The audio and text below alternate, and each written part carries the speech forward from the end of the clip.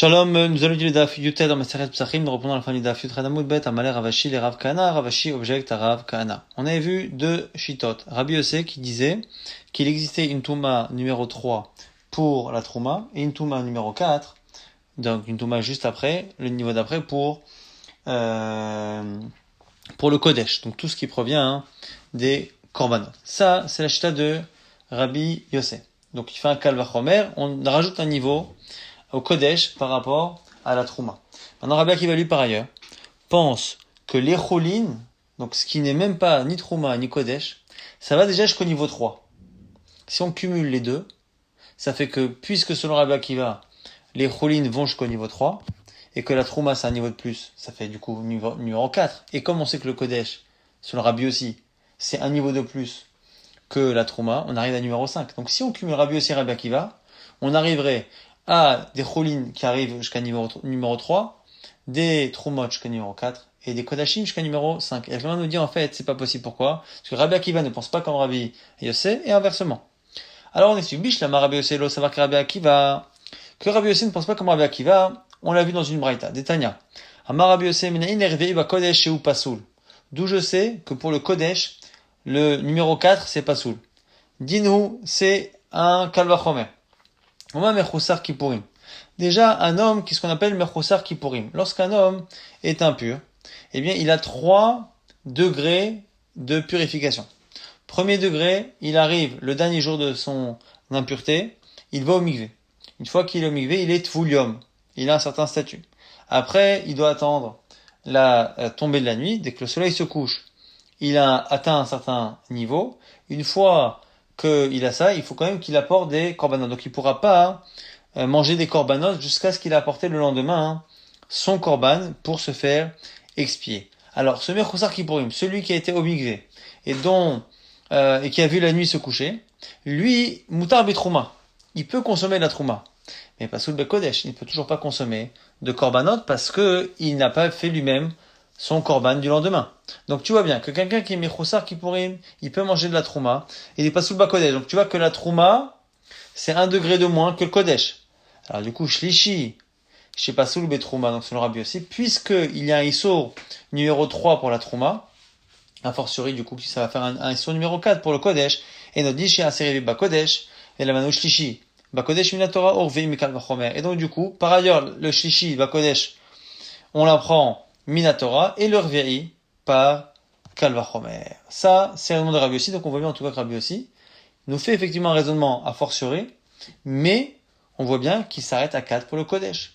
Shlishi, Minatora dont on l'apprend, eh bien, dirtiv, comme c'est marqué dans le Pasuk Vayikra, Vea Bassa, et la viande, Shaiga Bechol Tamé, Yo Lo Yachel, une viande qui aura touché n'importe quel tamé, ce sera pas mangeable. Mais là, Skinan de Nagabasheni, on parle a priori de quelque chose qui a touché n'importe quelle touma, même une touma qui est numéro 2. Donc une touma qui est numéro 2, qui touche de la viande, elle est tmea, et donc du coup, c'est-à-dire que chez le Kodesh, il existe un numéro 3, mais on sait que ça va aller jusqu'à numéro 4 grâce au Kalvachomer, ou Rveim, mais Kalvachomer qui est de la Mrinan. Donc on voit bien que Rabbi aussi, effectivement, fait un Kalvachomer qui nous permet d'apprendre que le Kodesh va être à un niveau de plus que la Trouma, effectivement. Simplement, le fait d'aller plus loin et d'arriver à numéro 5, parce qu'on pense comme Rabbi Akiva, on voit que non, il le dit pas. Mais Yisrael Kadatar, ça va qu'Rabbi Akiva, Nitenami Revei Batrouma, Chamishi Kodesh, il pensait comme Rabbi Akiva, il aurait dû dire que numéro 3 pour le Cholin, numéro 4 pour la Trouma, numéro 5 pour le Kodesh. Alors d'où on sait que Rabbi Akiva, qui a parlé simplement de Cholin numéro 3, qui nous dit qu'à partir de ce numéro 3, il va pas aller à dire numéro 4 Trouma, numéro 5 Kodesh. Et là, Rabbi Akiva, le savoir que Rabbi Yossi Menala, d'où on le sait. Amarle delo lishtamit tana velitne, revei bitrouma vechamishi bakodesh. Venima Rabbi Akiva. Il dit Rabbi Akiva, Rabbi Yossi répond, parce qu'on n'aurait pas pu se taire. Si ça existait un avis qui disait qu'il existait une Touma numéro 5, Kodesh, c'est pas possible qu'un Tana ne le mentionne pas. Et donc, comme ça n'a pas été mentionné par un Tana, c'est que ça n'existe pas dans la Shita de Rabbi Akiva. On a dit, Vanan, Achinikom venismor, tu penses qu'on peut se baser sur un manque de preuves pour prouver que ça n'existe pas? C'est pas évident. Alors Ravashi a trouvé une autre preuve. Nafak Ravashi, il est sorti, Veitema, Ravkana, ça dit que c'est Ravkana. Dag Beshkach Haditnan, il a cherché, il a trouvé une Mishnah. Akeli metzaref et ma shebetocho le kodesh. Par rapport au kodesh, à tout ce qui est lié au korbanot, s'il y a deux aliments qui sont reliés par un même ustensile, donc par exemple c'est dans une même casserole, dans une même pelle qu'on a deux aliments, si un aliment est touché par une source d'impureté, l'autre aliment qui est dans le même ustensile, même s'ils ne sont pas en contact, sera lui aussi impur de la même manière. Un peu comme si on touchait une partie d'un aliment, évidemment que l'autre extrémité du même aliment garde à la même impureté. On dira pareil lorsque les deux aliments ne sont pas en contact, mais qui sont simplement reliés par le fait d'être dans le même ustensile.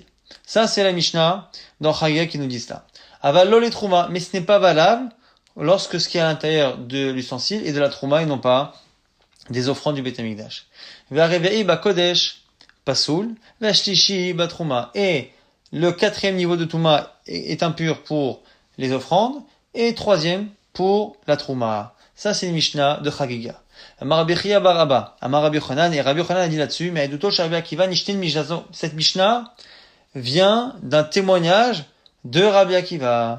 Ditna, comme c'est marqué dans les Doyot, aussi Rabbi Akiva a rajouté certains cas, solette, la farine qu'on apportait au Beit Hamikdash, ketoret, les encens, les vona, gechalim, les braises que l'on prend et qui servent justement à brûler la ketoret, chez imnagat vulium bemiktsat pasalet kulan. Ça aussi, si un tvulium, donc celui qui s'est trempé et qui attend le coucher du soleil, qui est numéro 2, s'il les touche, il les a rendus pasoul. Donc on voit bien que Rabbi Akiva a même complété cette Mishnah avec la Mishnah de Chagiga là-bas, c'est Rabbi Akiva. Et Rabbi Akiva a parlé de numéro 3 et numéro 4. Et donc, on voit bien qu'il ne pense pas comme Rabbi aussi qu'il va falloir rajouter un niveau en plus de Cholin et après un niveau en plus. Reve in Chamishilo, il y a un niveau 4 et pas un niveau 5. Shlishi in Reve Elo, et pour la Trouma, c'est niveau 3 et non pas numéro 4. Donc, on a effectivement notre preuve que Rabbi Akiva ne pense pas comme Rabbi Yossi, de la même manière que Rabbi Yossi ne pense pas comme Rabbi Akiva. Maintenant, en tout cas, la Gemara revient sur le principe de tsirouf, le fait d'associer deux aliments qui ne sont pas en contact, mais qui sont dans un même ustensile. La Gemara fait une déduction. Alma, qu'à savoir tsirouf midera banan. Rabbi Yochanan qui a dit cela, forcément pense que cette idée, que les deux aliments se rendent impurs l'un l'autre quand ils sont dans le même ustensile, c'est que une halakha de Rabbanan. Pourquoi? Parce que ça a été cité par Rabbi Akiva selon lui, dans la Mishnah qui parle de Levona, Ketoret, Gechalim, et tout ça, effectivement, c'est une zera de Rabbanan. Donc si ça a été mis là-bas, c'est que tout ça, c'est une deux de Rabbi Akiva, c'est une halakha de Rabbanan. Ou pliga de Rabbi Chanin. Et c'est une opposition avec Rabbi Chanin d'Amar, qui lui pense que Tsirouf midoraita, que le principe de Tsirouf dans les Kodesh est d'Oraita, finalement, comme c'est marqué, Kafachat, une seule pelle, à Sarah Zahav, qui est faite d'or, mais là, Ketoret remplie de Ketoret. La pelle dans laquelle on a mis la Ketoret, les encens, comme on a dit, Kafachat, une seule pelle, c'est pour dire qu'elle est une seule parce qu'elle réunit, elle unifie tout ce qu'il y a à l'intérieur. Akatuvasa, quand le Masheba Kafachat, c'est pour dire que tout ce qui est à l'intérieur est un, même s'ils ne sont pas en contact. Donc, selon lui, c'est d'Oraita, mais selon Rabbi Yochanan, ce serait Miderabanan. Maintenant, on rapporte une Mishnah dans la Doyot Nanatam, Al-Machat Shenimsa Babassar, Shasakin Vayadeim Tehorot.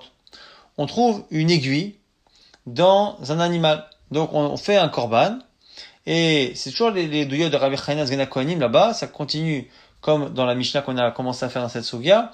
On fait un korban, et on trouve dans l'estomac de l'animal une aiguille qui a priori a un problème de Toum'a, soit de manière évidente, soit de manière, ça fait qu'on verra. Et du coup, à Sakin, le couteau qui a servi à couper la viande, Vayadaim, et les mains du Kohen restent Tehorot, sont pures. Et a priori, même s'il y a eu contact, ou un contact éventuel avec le Machat, la Gemara expliquera quelle est l'impureté du Machat, quelle est la certitude qu'on a touché ou pas. Ve'abassar, mais la viande elle-même est impure. Nimtsed ba peresh akol tahor. Si par contre, on a trouvé l'aiguille dans les excréments de l'animal une fois qu'on a fait la shrita, là, on ne considérera pas que ça a transmis à la chair. Quoi qu'il arrive, à part quand c'est dans les excréments, quand c'est dans la chair de l'animal est impure, mais les mains du Kohen et le couteau, eux, le sont. La Gemara nous dit, Rabbi Akiva zechinu she'en tumat yadaim bamikdash. Rabbi Akiva nous dit, on a un srout, une chance, c'est que la Gzerat Chachamim de créer une touma pour les mains, elle n'existe pas dans le Beit Hamikdash. Si Rabbi Akiva vient nous parler d'une Gzera en général, les Chachamim ont fait une Gzera quand on ne sait pas ce qu'on a fait avec nos mains depuis la dernière fois qu'on a fait Netilat Yadayim, on part du principe que c'est tamem, c'est comme Midarabanan. lui dit, si cette xéra existait dans un cas où en plus il y a eu éventuellement un contact avec une aiguille qui éventuellement est méa, c'est sûr que là on aurait dit que c'est assour. S'il n'y a pas ce issour-là, c'est qu'il n'y a pas bichlal, toute la xéra des mains qu'on n'a pas vérifié dans le Beth Amikdash. Donc on a dit, pourquoi il parle pas d'autre chose? Pourquoi il n'a pas également, il s'est pas réjoui qu'il n'y ait pas d'interdit de cette Mishnah? On apprend qu'il n'y a pas non plus l'interdit des Rabbanan des Kelim, que la Touma qui peut se transférer au Kelim, parfois elle est des Rabbanan, quand un liquide touche un Keli, eh bien, c'est une Touma des Rabbanan. Si elle existe dans le Beth Amikdash, là-bas aussi, à cause de l'aiguille, dans le doute, on aurait peut-être été marmire, donc il aurait dû déduire. De cette histoire, on voit que toutes les xérot des Rabbanan sur les mains et sur les Kelim n'existaient pas dans le Beth Amikdash. L'Agma explique pourquoi Rabbi Akiva n'a pas dit cela. Marabiuda Amarab, Veitema Rabbi Yossi Barabi Chanina, certains disent que c'est Rabiuda Amarab, certains disent que c'est Rabbi Yossi Barabi Chanina. Yadaim Kodem Xerat Kelim Nishnu. Lui propose de dire que la xéra sur les mains, elle a été faite il y a longtemps, et donc c'est pour ça qu'elle existait à l'époque de la Mishnah, et donc le fait qu'on autorise là-bas les mains, c'était une preuve qu'elle n'a pas été faite dans le Beth Amikdash, mais la xéra sur les kelim a été faite plus tard, ce qui veut dire que comme elle a été faite plus tard, on n'a pas de preuve de la Mishnah que cette xéra sur les kelim ne s'applique pas au Beth Amikdash, puisqu'elle était postérieure. Rava dit non, Amarava ve'atabayu bo bayom gazru. Agma dit non, mais c'est faux. Parce que nous on a une Mishnah dans Avim qui nous apprend que la xéra sur les kelim et la xéra sur les mains a été faite le même jour, le jour où on est monté dans le grenier là-bas de Hanania ben Cheskia et qu'on a compté Bet Hillel Bet Shammai et qu'on a fait 18 xérot et une bonne partie sur la Touma. Ditnan, c'est marqué là-bas. À Sefer, Kidzé Kodesh, on a créé aussi une impureté pour les Kidzé Kodesh, une impureté des Rabbanan. Va Yadaim, et les mains, Stam Yadaim, en général. Va Tvulium, et celui qui est Tvulium, qui a fait le mikvé, mais qui attend le coucher du soleil. Va Ochalim, va Kelim, Shinitmeu, ve Mashkin. Et les aliments, et les ustensiles qui ont été au contact avec des liquides, tout ça, ce sont des xérotes qui ont été faits dans ce grenier. Donc on voit que les kelim et les mains ont été des xérotes du même jour. Donc on peut pas dire qu'au moment de la Mishnah, il y en avait une et pas l'autre. Et là, Rava explique pourquoi Rabbi Akiva ne s'est réjoui en lisant la Mishnah que de la xéra des mains qu'il n'y a pas. Anach le tomat sakin dafilu becholin nami lomitame. Laisse de côté la touma du couteau, qui n'existe pas ici. Pourquoi? Parce que afilu becholin nami lomitame. Parce que même si on n'était pas au Beth Amikdash et qu'il n'y avait pas de xéra, eh bien même à l'extérieur il n'y aurait pas de problème. Pourquoi? Haïsakin denaga bemai. Le couteau a priori a touché quoi? Il est ma denaga bebasa. Si tu dis qu'effectivement on a trouvé une aiguille dans l'estomac et que nous on a utilisé le couteau pour faire la shrita. Donc le couteau a touché la viande et la viande a touché l'aiguille. Ha-enochel metamekeli. On sait très bien que le ochel, la nourriture ne peut pas être métamé un keli. Donc même si la viande a été rendue impure par l'aiguille, la viande elle-même ne peut pas rendre impur l'ustensile, même des rabbanan. Donc du coup, même en dehors du Beth Amikdash, il n'y avait pas de issour. Donc c'est normal qu'ils ne déduisent rien du fait que ce soit au Beth Amikdash. Mais là, et même si tu dis que le couteau a touché directement l'aiguille, on a aussi une règle qu'on a vue hier dans le daf d'hier, c'est qu'un ustensile ne peut pas rendre impur un autre ustensile, même des rabbanan. Donc du coup, dit Rava, la raison pour laquelle Rabbi Akiva n'a pas fait de déduction par rapport à la xéra des rabbanan sur les kelim, c'est parce que le couteau ait touché la viande ou qu'il ait touché l'aiguille elle-même qui est tméa, il n'y a pas de issour qui peut se passer même en dehors du Beth Amikdash. Donc de là, il ne peut pas déduire qu'au Beth Amikdash, on a une autorisation particulière. Ce n'est que pour les mains qu'il peut faire cette déduction. Agma revient sur l'aiguille. Aïmachat maï avité. Qu'est-il arrivé à cette aiguille pour que on ait ce problème-là? Inima sfek machat. Si tu dis qu'on a un safek, c'est qu'on a ouvert l'animal, on a vu qu'on a une aiguille. Comme on ne connaît pas le passé de cette aiguille, on ne sait pas. Peut-être qu'elle est impure, peut-être qu'elle l'est pas. Et c'est pour ça qu'on a un problème. L'agma dit, Veha itmar là-dessus, Rabbi Lazar, Rabbi Yosef, Rabbi Chanina. Les deux disent, Lo gazro sfek arukin, chez Yerushalayim. Quand on a un safek sur quelque chose qui peut être tamé, et que c'est à Jérusalem, on n'est pas gozer. Chachamim sont gozrim ailleurs, pas à Jérusalem, on part du principe que les gens sont purs. Donc, si on a un crachat qui est par terre, et qu'on l'a touché, et qu'on veut savoir si ce crachat venait de quelqu'un qui était pur, ou d'un zav ou d'une zava, quand ça se passe à Jérusalem, on dit que c'est muta. Echad amar lo gazru al sfek akelim chez Yerushalayim. Et il y a un de ces rabbins qui a dit également, on a dit c'est Rabbi Lazare et Rabbi Yossé, un des deux qui a dit qu'on n'a pas de xéra sur un safek keli chez Yerushalayim. Pareil, on a un keli, on ne sait pas de qui il vient, est-ce qu'il vient d'un impur ou d'un pur? Ça, à Jérusalem, on dit que c'est moutard. Donc, puisque le korban s'est fait à Jérusalem, l'aiguille qu'on trouve dans l'estomac, elle est à Jérusalem, c'est un safek keli à Jérusalem, donc il ne devrait pas y avoir de problème. On propose dans Marav Marav que Gon Shavdalo Machat Tmemet Vekira Babasa. La Gemara dit non, c'est peut-être une aiguille que l'on sait avoir appartenu à un Tmemet, à quelqu'un qui est rendu impur au contact d'un mort, et on reconnaît l'aiguille, elle a un signe distinctif, on reconnaît l'aiguille, c'est l'aiguille du bonhomme qui est Tmemet. Et là, du coup, il n'y a plus de doute. Et comme il n'y a plus de doute, on ne peut pas être Mekel à Jérusalem. La Gemara propose autre chose, Rabbi Yossé Rabbi Avin. Amar, Kegon Shaita Para Chasuma ou Ba'am Yechot Shanim. Autre possibilité, pour la raison pour laquelle on est Mahmir, c'est bien un Safek. On ne sait pas d'où vient l'aiguille, enfin on ne sait pas de qui elle vient plutôt, mais on sait que la bête vient de l'extérieur de Jérusalem, mais qu'elle est rentrée à Jérusalem avec une muselière. Donc comme elle avait une muselière, on sait qu'elle n'a rien avalé, donc on sait que cette aiguille a été avalée en dehors de Jérusalem, et donc le doute n'est pas sur une situation de Jérusalem, mais sur une situation de l'extérieur. C'est pour ça qu'on est marmire. Donc deux possibilités. Prendre et marmire.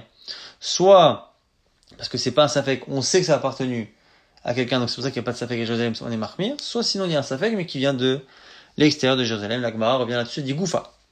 On revient à Rabbi Lazar, Rabbi Yossi Bachanina, Chadamar, lo gazru al sfek arukin, shoshaim, Chadamar, lo gazru al sfek akelim, shiverushaim. Un dit qu'on n'a pas été gozer sur les crachats, et l'autre sur les kelim, dont on a un safek à Jérusalem. Rukin Tanina, Kelim Tanina, les deux, on peut les apprendre d'une Mishnah. Rukin, les crachats, Tanina, Ditna, Kol Rukin, Shemitem, Yerushalayim, Teorim, Chutz Michel, Shuk Ailion. Tous les crachats qu'il y a à Jérusalem sont purs, sauf celui qu'il y a dans Shuk Ailion, dans le grand Shuk supérieur de Jérusalem, où là-bas, les gens impurs allaient pour justement ne pas rendre impurs les autres personnes de Jérusalem qui venaient pour le Beth Amikdash. Ils se concentraient tous dans le même Shuk Ailion, qui lui, du coup, est présumé plutôt être rempli de gens impurs. Alors pourquoi on a eu besoin de dire deux fois? Pourquoi on a une Mishnah qui le dit, et on a un de ces deux rabbins, Rabbi Lazar ou Rabbi Yossé, qui a eu besoin de le répéter? Pour nous dire que finalement, à Jérusalem, même si on a trouvé un crachat, et on est dans un endroit où on sait qu'il y a un impur, un zav, qui s'est promené, malgré cela, quand on est à Jérusalem, eh bien on dira que dans le doute, c'est tahor. Pour les ustensiles kelim, tanina, sosil, mishnah, ditnan, kola kelim, yirida, leveit, advila, tous les kelim que l'on trouve à Jérusalem, dans la descente qui va vers le mikvé, ceux-là, ils sont impurs. Pourquoi? Parce que dans la descente vers le mikvé, on se doute que les gens qui descendent au mikvé sont impurs. Mais de là, tu vois que c'est le seul endroit, a priori, où on présume que c'est impur. Tout le reste de Jérusalem est pur. Hade alma théorie. Donc, tu vois que cette Mishnah, on peut déjà apprendre que tout Jérusalem est présumé pur pour les kelim. La Gemara dit c'est pas évident. Pourquoi? Parce que dans la suite de la Mishnah, on peut faire une déduction opposée. Il ta'amer. Et Masefa explique la fin. Derech aliatorim. Si par contre on a trouvé un keli dans la montée qui est à côté du mikvé, c'est un endroit où les gens repartent, là-bas c'est pur. Ça donne l'impression que seul là-bas c'est pur, tout le reste de Jérusalem ce serait impur, donc c'est une déduction opposée. Adalmatmein. Dans l'agma dit quoi? Et la recha davka. T'avais raison, c'est le début qu'il faut prendre avec précision. C'est-à-dire que réellement, le seul cas qui est impur, c'est la Yérida. Et le reste de Jérusalem, c'est pur. Mais c'est pas l'Avdavka ou la Fouka, Gzeata. Et à la fin, pourquoi on a parlé de la montée? C'est pour dire qu'il y a quand même un autre cas dans Jérusalem qui est impur. C'est les rues étroites qui donnent sur la pente vers le milieu. En tout cas, la Gemara maintenant pose une question. Ulrav d'Amarkegon Shavdalo Machat, Tmemed Vekira Babasa. Selon Rav qui avait expliqué que le cas là-bas dont on avait parlé, c'était une aiguille qui n'était pas un safek. On savait que ça appartenait à un tmemet. Et il la retrouve dans la viande. Kevan damarma bechalal cherev, areuke chalal, puisque nous on a une dracha qu'on a déjà vue. Chalal cherev. On parle là-bas d'un corps, d'un défunt avec une arme dedans. Et de là on apprend que l'arme a le même statut que le défunt. Et donc dans Toumat Met, lorsqu'il y a une Touma qui est transférée à un ustensile en métal, eh bien il n'y a pas de baisse de niveau de Touma. Donc le défunt transfère à la lame la Touma de Avi Avot Touma. Quelqu'un qui a touché un mort et qui est Avatouma, s'il touche une aiguille en l'occurrence ici, l'aiguille sera directement Avatouma. Areuke Chalal. Adam Vekeli, Namilitame. Et là, du coup, si l'aiguille, elle est avatuma, à ce moment-là, ça devrait être métamé le Kohen, ça devrait être métamé le Keli qui était en contact. Là, c'est un vrai problème. Amar Avashi, Zot Omeret, Azara, Reshut Arabim hi, Va'avale, Sfek Tuma Beshut Arabim, Vekol Sfek Tuma Beshut Arabim, Sfek Otaor. De là, tu apprends que la Zara du Beit HaMikdash, on faisait la Shrita, eh bien, c'est forcément considéré comme étant un domaine public. Pourquoi? Parce que là, on parle du cas où on ne sait pas si le Kohen a touché, justement, l'aiguille. Donc l'aiguille, elle est certainement touchée, elle, par un tmémet, mais on a un doute, ou en tout cas, on a un doute même sur, en tout cas, il y a un safek par rapport à une toumatmet. Quand on a un safek sur une toumatmet, on a un principe. Quand ça se passe dans le domaine public, eh bien, on est mekel. Quand ça se passe dans le domaine privé, on est mahmir. D'où on apprend cela? Certains halachot de Touma sont apprises de Sota. Sota, c'est la femme qui s'est isolée avec un homme qui n'est pas son mari et qui est soupçonné d'adultère, alors que son mari l'a prévenu. Là-bas, on parle du fait qu'elle s'isole et on parle du fait éventuellement qu'il y ait eu une impureté, c'est-à-dire qu'elle s'est impurifiée avec cet homme, c'est-à-dire c'est la faute. Mais comme la faute, la relation est appelée sous la forme d'impureté, ça nous apprend au passage qu'on peut faire des ponts de compréhension et d'halakha entre l'impureté et une relation interdite. Et donc ça nous apprend quoi? Comme là-bas, le problème ne se pose pour la sota que lorsqu'elle s'isole, or s'isoler c'est dans un domaine privé, de là on apprend que la toum'a, on a un doute sur cette femme, s'il y a eu impureté, eh bien on est mahmir quand elle s'est isolée. Ça, quand le doute est sur un endroit qui est privé, on est mahmir, on lui fait boire les eaux de sota, et sinon le mari est interdit à sa femme. Pareil, quand on a un doute sur une impureté et que ça se trouve dans une maison, dans un domaine privé, on est mahmir.